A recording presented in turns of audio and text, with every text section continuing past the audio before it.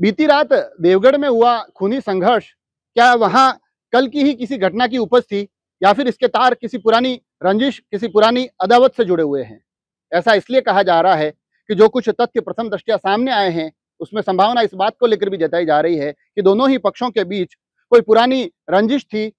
और उसी का नतीजा था कि कल मेले में जो घटना हुई, दोनों ही पक्ष आपस में भिड़ गए, जिसमें एक व्यक्ति की मृत्यु हो गई। जी हाँ, जैसा कि आपको पता है कि राजसमंद जिले के देवगढ़ कस्बे से आज एक सनसनीखेज खबर सामने आती है, जिसमें बताया जाता है कि देवगढ़ में चल रहे मेले में कल रात 2 पक्ष आपस में भिड़ गए और ये जो पूरा संघर्ष था,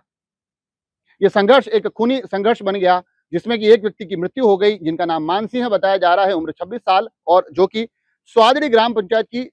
छोटी स्वादड़ी गांव के थे और साथ ही एक नाबालिग सहित 3 लोग घायल हैं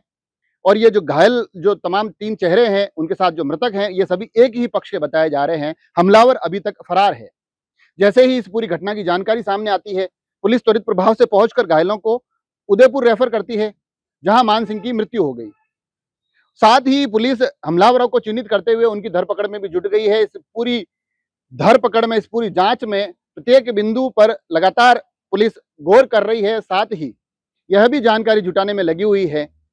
कि इसके पीछे का कारण क्या रहा। प्रथम दृष्टया ऐसा प्रतीत होता है कि संभवतया एक पुरानी रंजिश थी, जिसके कारण ये दोनों ही पक्ष एक दूसरे के खिलाफ कल सामने खड़े दिखाई दिए और ये जो पूरा का पूरा प्रकरण है, ये वहां एक खूनी वारदात में तब्दील हो गया। और इस पूरे प्रकरण को लेकर पुलिस का कहना है कि जो हमलावर जो युवा थे, जो हमलावर लोग थे, बदमाश थे, ये राजसमंद जिले के दिवेर क्षेत्र के बताए जा रहे हैं, जिनकी पहचान कर ली गई है, जिन्हें डिटेन करने की तमाम तैयारियां जारी है। पुलिस का ये कहना है कि बहुत जल्द हमलावरों को पकड़ लिया जाएगा और साथ ही कानून व्यवस्था को बेहतर बनाने के लिए लोगों में एक आमजन में एक राहत, एक सुरक्षा की भावना पहुंचाने के लिए पुलिस को अब यह भी सुनिश्चित करना होगा कि इस प्रकार की घटनाओं की पुनरावृत्ति ना हो। और विशेष तौर पर जब देवगढ़ और भीम का जिक्र आता है, जहां पर पूर्व में भी कई प्रकार की इस प्रकार की घटनाएं हुई हैं, जिसके पीछे पुरानी रंजिश के चलते संघर्ष बहुत बड़ी लड़ाइयों में बदल गए थे। तो अब ऐसे में इन चीज़ों पर रोक लगाना ज़रूरी है। कानून व्यवस्था के माध्यम से इन चीज़ों को यहीं पर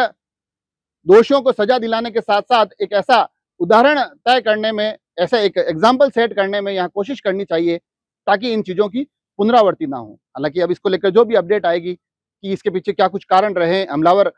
कौन थे, क्या कुछ कानून की जो पूरी जाँच है, वो किस दिशा में जा रही है, ये तथ्य भी आप तक पहुँचाएँगे। जुड़े रहें राजसमंद एक्सप्रेस से। धन्यवाद।